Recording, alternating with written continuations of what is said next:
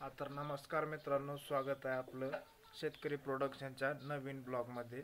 तर आजचा आपला विषय असा आहे की गाडलेलं धन आणि ते धन बघणारा पायाळू आणि त्या पायाळूच्या जीवाला झालेला धोका हे आज आपण थोडक्यात जाणून घेणार आहोत. व्हिडिओ शेवटपर्यंत पहा.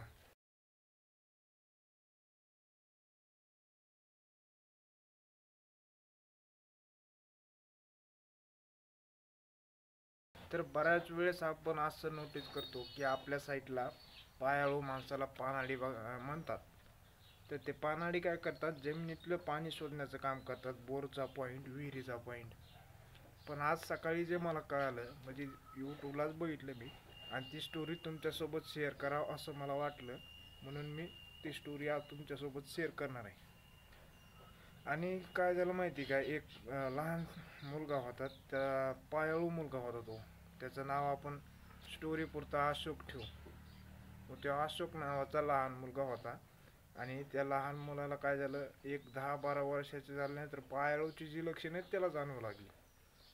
त्याला जमिनीतलं पाणी दिसायचं, त्याच्या व्यतिरिक्त जमिनीत जे गुप्तधन आहे ते दिसायचे त्याला.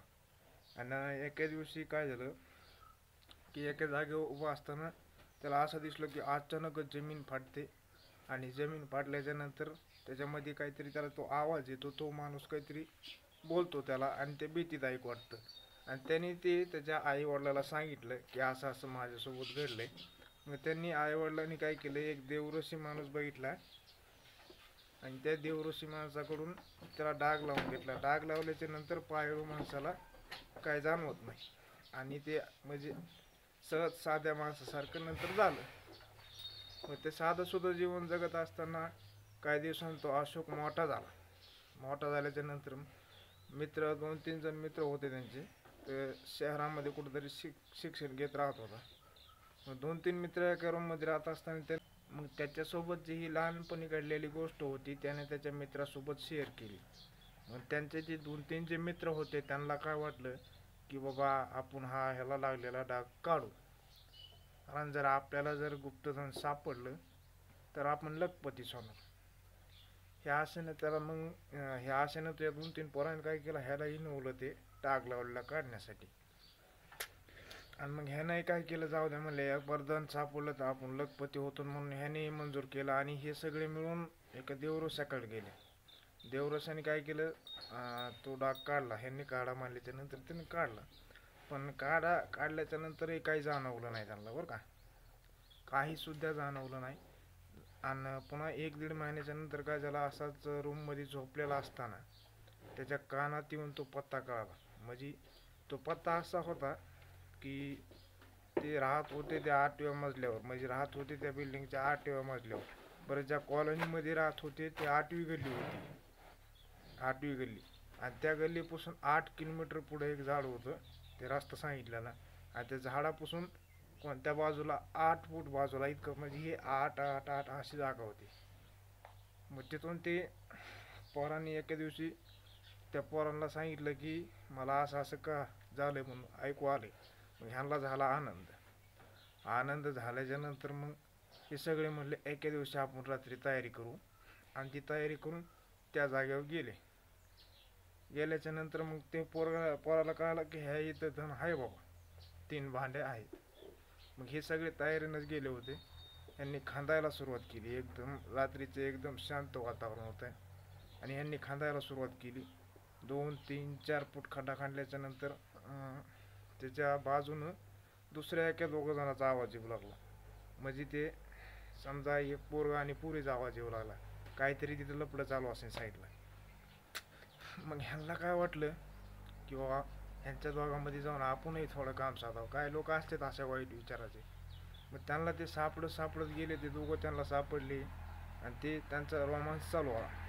रोमांस चालू असताना मग हे गेले, ह्यांनी त्यांना पकडलं आणि हे म्हणले की बाबा आम्हाला थोडाफार चान्स द्यावा लागते, नाहीतर आम्ही तुमचं पांगून टाकू. ती ती पोरगी बी त्याच ह्याच्यामधली होती.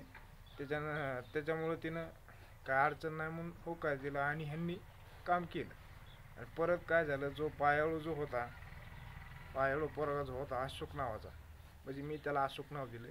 अशोक जो होता तो अतिशय शांत होता. मग जो तो पोरीसोबत जो पोरगा अगोदर होता त्या पोरानं काय विचारलं, तुम्ही सगळे इकडं कसं काय? ह्यांनी दुसरं कारण द्यायचं ठरविलं. मग त्या अशोक म्हणला असं असं झालंय आणि आम्ही इकडं आलो. म्हणजे ते त्यांनाही कळालं. आणि ते ते पुन्हा म्हणले की आम्हाला ही अर्धा हिस्सा द्यावा लागतंय, नाही तर मी तुम्ही सगळ्यांनी मिळून ह्या पोरीवर बलात्कार केला अशी तुमच्यावर केस टाकेल. मग आता यांनी सोबत घेतलं आणि सोबत घेतल्याच्या नंतर ते गेले मग त्या पॉइंटला. आणि आणि 2-3 फूट खाली खांदल्याच्या नंतर 3 भांडे निघाली. 3 भांडे आणि त्याच्यामध्ये एका भांड्यामध्ये फुल टू फुल राख भरलेली होती आणि 2 भांड्यामध्ये सोनं होतं. आता विषय असा झाला, ते तिन्ही भांडी सापडले तर तिन्ही भांडी वर काढली. पण ते अशोक नावाचा जो मुलगा होता पायाळू, त्यानं काय सांगितलं की ही राख आपल्याला सगळ्याला आजवर कुठतरी नदीत नेऊन टाकावं लागणार आहे, पुन्हा हे सोनं घ्यायला जमणार आहे. पण ते बाकीचे जे हे होते त्यांना आत्मसात वाटलं की ह्यांना शिव काहीतरी चाल करतोय. मग जे त्यांच्यात सुरू झालं, आम्ही नाही जाणार, आम्ही नाही जाणार, आम्ही नाही जाणार. मग त्यांच्यातलेच कोणतरी 2 जण राख टाकायला गेले.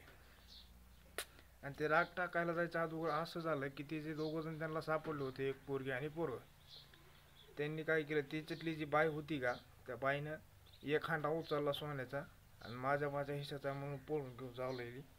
आणि थोड्याच अंतरावर जाऊन ती बाई पडली, हांडाही खाली पडला आणि त्या बाईला उठाई आहे ना इतका अंगजड झालं. अंगजड झाल्याच्या नंतर तिच्यासोबतचा जो पोरगा होता का, त्या पोरानं सुद्धा एक हांडा उचलला आणि तो तसंच पळू लागला. त्याचाही तो होई पडला आणि त्याचंही अंगजड झालं. पुन्हा ह्यांनी उरलेले 2 जणांनी राख घेऊन गेले आणि राख टाकली एका पुलामध्ये राख टाकली. तर ते राख पडताना कसं आवाज धड धड धड धड आवाज यायला लागला, जणू का दगड पडायला लागले असं व्हायचं. तरी ह्यांनी टाकलं आणि वापस येऊन बघते तर काय झालं, धक्काच बसला त्यांना की ज्या जागेवर सोनं होतं त्या जागेवर राख राहिली आणि सोन्याच्या राखीच्या जागेवर सोनं गेलं, असं झालं. आणि पुन्हा ह्यांच्यात काय झालं माहिती की हे जे पडलेले होते का ते उठले आणि पुन्हा ह्यांना वाटलं की ह्यांनी सोनं कुठंतरी नेऊन लपविलं आणि राख इथं ठेवली. ह्यांच्यातच मारामाऱ्या झाल्या आणि जो पायाळ होता का त्याची जीव जायची बारी आली. त्यांनी एकमेकाची सुटका करून सुटून कसे बसे तिथून निष्ठून आले. ही किस्सा नंतर पोलीस स्टेशनला गेला होता. हे काहीतरी मला तर वाटलं 2-3 वर्षाच्या खालचा आहे किस्सा बहुतेक आहे. आणि जितका माझ्यापर्यंत आला तितका मी तुमच्यापर्यंत शेअर केला. आणि माझी एक विनंती आहे की कुणी अशा भानगडीत पडू नका. धन्यवाद.